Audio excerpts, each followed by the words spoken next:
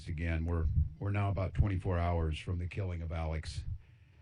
And during that time of everything that's happened, I hope everyone's taking away a picture of a life of generosity, service-oriented, and his life's coming into clear focus. I had the privilege of talking with Michael and Susan, Alex's parents, yesterday, and the heartache in the hours after your son's murdered in front of the world is one thing, but what stood out to me was a parent's desire and their passion to make sure that the story of Alex was told.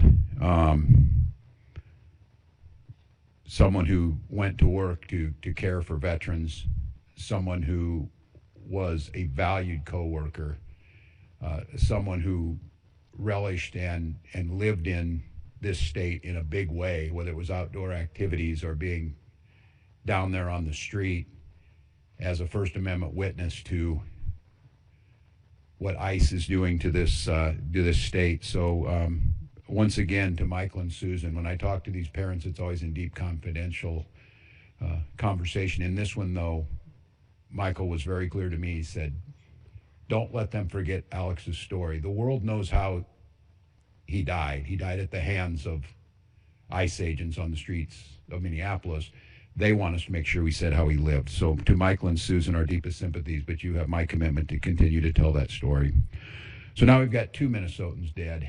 We didn't had time to start telling Renee's story of a poet and a mother and a bright spirit, and now we're telling Alex's story. So my question is, what's the plan, Donald Trump?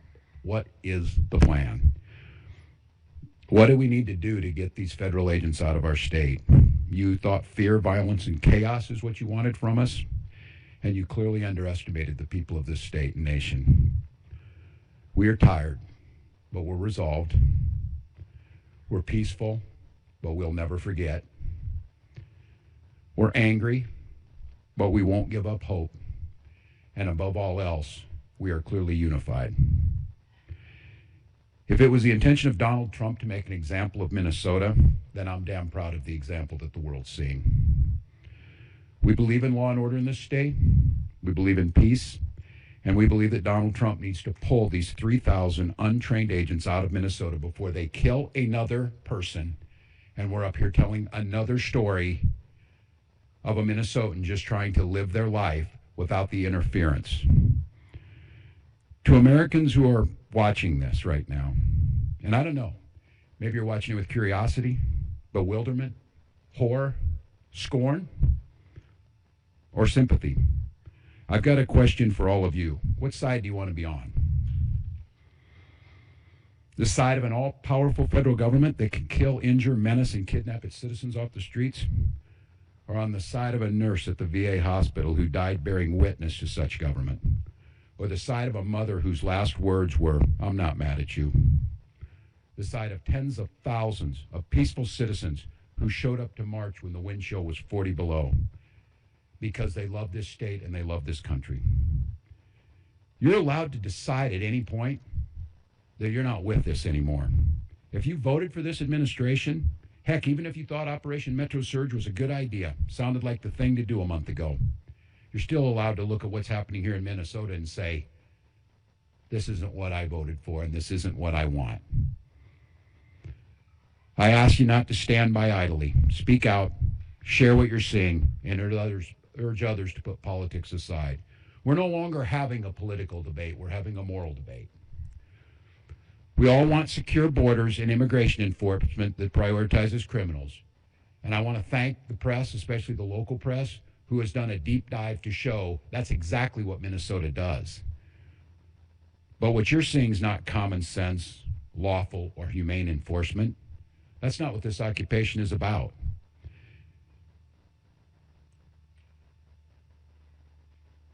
Let me say our conversation should not be about, and I know we get asked of what we're doing on there, how many state patrol or police or National Guard I can put on the street. This isn't about how many people I can put on the street. It's about how many of these people, these ICE agents and whoever else was thrown into this unholy mess, how many Donald Trump can get out of here.